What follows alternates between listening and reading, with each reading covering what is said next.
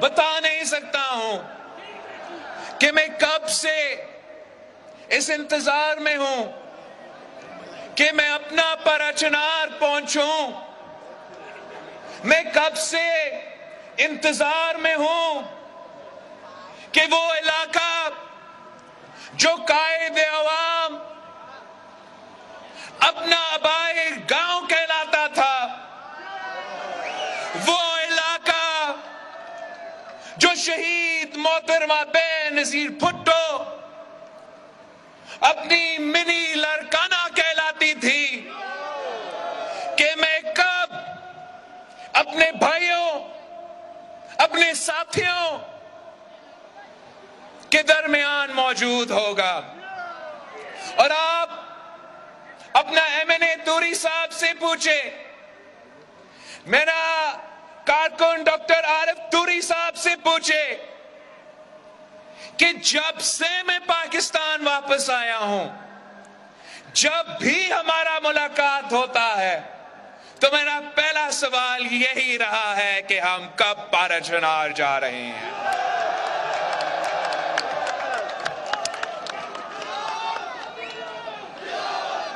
اور میں ان کا شکر گزار ہوں، میں آپ کا شکر گزار ہوں کہ یہ ہمارا پہلا دورہ ہے. انشاءاللہ تعالی میں آپ کے پاس بار بار آؤں گا.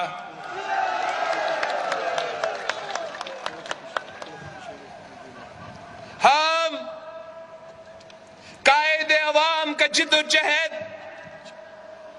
قائد عوام کا نظریہ، قائد عوام شہید ذوالفقار علی بھٹو کا فلسفہ پہ سیاست کرنا چاہتے ہیں. شہید محترمہ بے نظیر بھٹو نے اگر اپنی شہید باپ کی مشن کو آگے لے کے چلی تو میں اپنا شہید والدہ کا مشن کو آگے لے کے چلنا چاہ رہا ہوں. میں شہید بی بی کے بارے میں آپ کو کیا بتا دوں. شہید بی بی کے لیے میں ایک ایسا نظم آپ کو سنانا چاہ رہا ہوں جو شہید بی بی کے بارے میں ہے اور میرا ایک پسندیدہ نظم ہے. شہادتوں کے علم جب بلند ہو جائیں تو پھر جہاں میں رسوا یزید ہوتے ہیں. عظیم باپ کی بیٹی بتا گئی، عظیم باپ کی بیٹی بتا گئی، حسین والے ہمیشہ شہید ہوتے ہیں. یہاں وہاں جہاں گئی وہیں پہ اس کی دھوم تھی. وہ ایک اپنی ذات میں ایک آئی تھی، ہجوم تھی. غریب قوم کے لیے وہ باپ کی سفیر تھی. نظیر جس کی نہ ملے وہ اتنی بے نظیر تھی. وفاق کی امنگ تھی، عوام ہی کے سنگ تھی. کنیز کربلا کی بس یزیدیت سے جنگ تھی. بہا کے لے گئی وہ ہر ستم کو اپنی موج میں. وہ کربلائی وقت میں ڈری نہیں ہے فوج سے. وہ آمروں کی گردنوں پہ نقش پا جما گئی. وہ بھٹو بھٹو کر کے سب کو بھٹو ہی بنا گئی. بھرم اسی کے دم سے تھا وہ دیس کا وقار تھی. وہ دشمنوں پہ تیر تھی، وہ بنت ذوالفقار تھی. سنو کہ اس کی قبر بھی فتح کا ایک نشان ہے. اسی کے پاس تیر ہے، اسی کے ہاں کمان ہے. وطن کے ہر غریب کو جگا کے آپ سو گئی. شعور جب طلوع ہوا تو خود غروب ہو گئی. وطن کو بھائی بھی دیا, وطن کو باپ بھی دیا, بقائے ملک کے لیے پھر اپنے آپ بھی دیا. وطن کی ماں چلی گئی سنو لحد کی گود میں, وہ صاحب مراد ہے, وہ کل بھی زندہ باد تھی وہ آج بھی زندہ باد ہے, وہ کل بھی زندہ باد تھی وہ آج بھی زندہ باد ہے.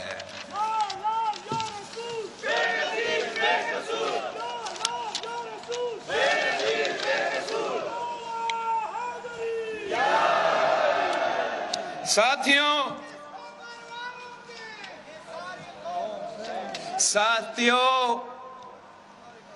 ہم سب شہداء کے وارث ہیں, ہم شہید قائد عوام کے وارث ہیں, ہم شہید محترمہ بینظیر بھٹو کے وارث ہیں, ہم پرا چنار کے شہداء کے وارث ہیں, ہم سابق قبائلی علاقوں کے شہداء کے وارث ہیں, ہم پختونخوا کے شہداء کے وارث ہیں, ہم آزاد کشمیر اور گلگت بلتستان کے شہداء کے وارث ہیں, ہم پنجاب کے پنڈی سے لے کے رحیم یار خان تک کے شہداء کے وارث ہیں, ہم بلوچستان کے شہداء کے وارث ہیں, ہم سندھ کے شہداء کے وارث ہیں, ہم پاکستان کے شہداء کے وارث ہیں, اور ہم اپنے شہداء کے خون پہ سودا نہیں کر سکتے ہیں. ہم ان ظالموں کے سامنے, ان دہشت گردوں کے سامنے جھک تو نہیں سکتے ہیں. پاکستان پیپلز پارٹی کے جیالو, پاکستان پیپلز پارٹی نہ ضیاء الحق کے دور میں کسی کے سامنے جھکے ہیں, نہ مشرف کے دور میں کسی کے سامنے جھکے ہیں, نہ بدترین دہشت گردوں کے سامنے جھکے ہیں, اور نہ ہم اس سلیکٹڈ کٹ پتلی کے سامنے جھک سکتے ہیں. ہم تو آپ کی جنگ لڑ رہے ہیں, ہم پارا چنار کا جد و جہد لڑ رہے ہیں, ہم اس ملک کے عوام کا جد و جہد لڑ رہے ہیں. ہم نے پہلے دن سے اس دانلی زدہ حکومت کو نہیں مانا, اس سلیکٹڈ حکومت کو نہیں مانا. پارلیمان میں کھڑے ہو کے, اس کٹ پتلی کے سامنے کھڑے ہو کے ہم نے اس کو سلیکٹڈ کا جب نام دیا تو خود وہ تالیاں بجا رہا تھا.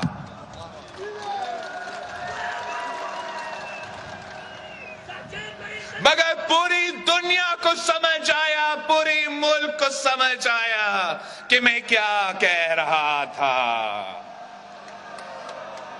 یہ آپ کا وزیر اعظم نہیں, کسی اور کا وزیر اعظم ہے. اور اب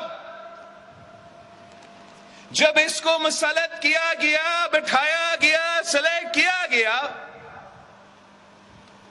کسی کو نہیں پتا کہ کرنا کیا ہے. غلطی کو ماننے کو تیار نہیں کہ اس کھلاڑی کو ہمیں کبھی سیاست میں نہیں لے آنا چاہیے تھا. اس ملک پہ یہ ظلم نہیں کرنا چاہیے تھا کہ اس کو زبردستی وزیر اعظم بناتے.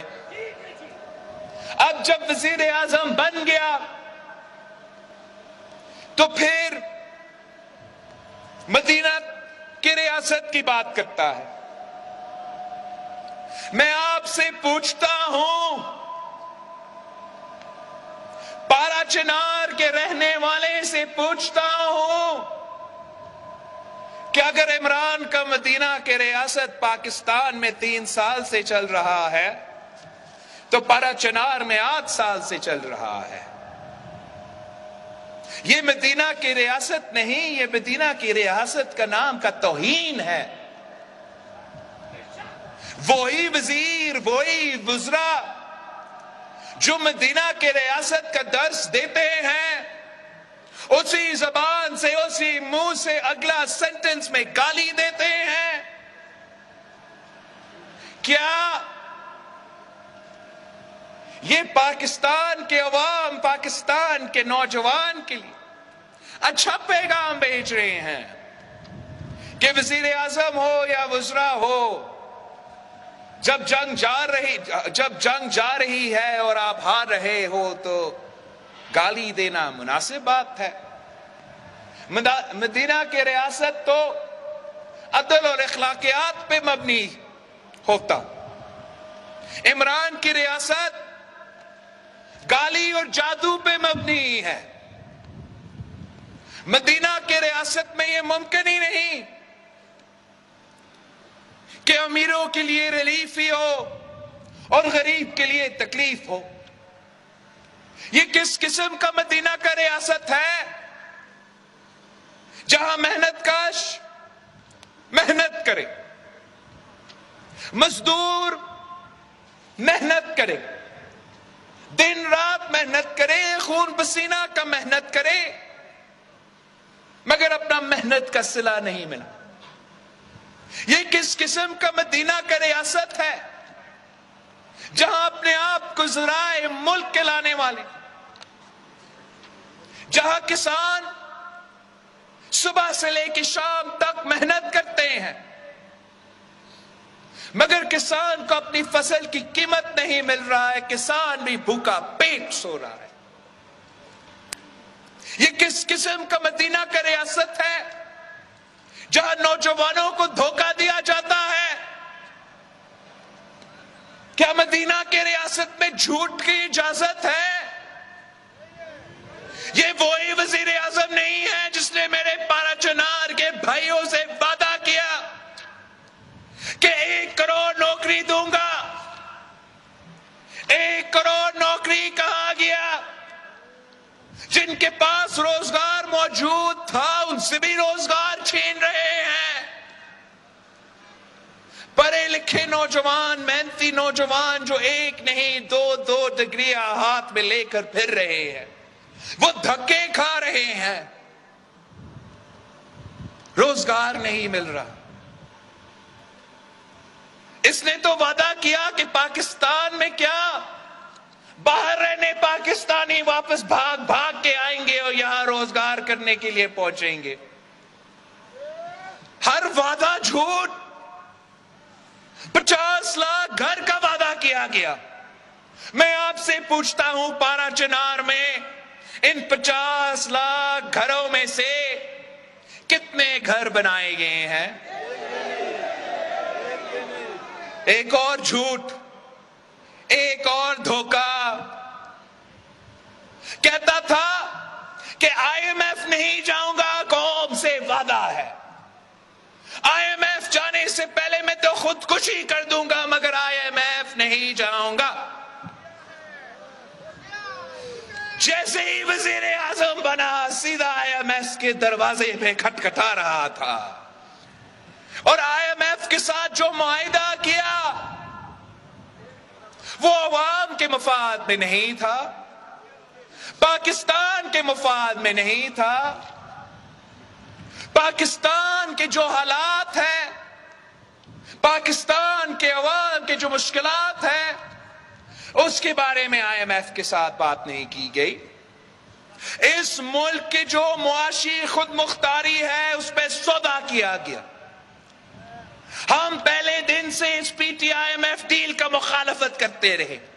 ہم کہتے رہے کہ اس ڈیل کی نتیجہ میں آپ کا نالائکی کا بوجھ، اس حکومت کا ناکامی کا بوجھ پاکستان کے عوام اٹھائیں گے، اور 3 سال بعد پاکستان کے عوام کو اب محسوس ہو رہا ہے کہ عمران کا ناکامی کا بوجھ تو ہم اپنا بجلی کے بل میں اٹھا رہے ہیں، عمران کا ناکامی کا بوجھ آپ کے پیٹرول کی بل کی صورت میں آپ یہ بوجھ اٹھا رہے ہو، عمران کا ناکامی کے بوجھ آپ اپنے کھانے پینے کے اشیاء کا آپ کا راشن کے بل میں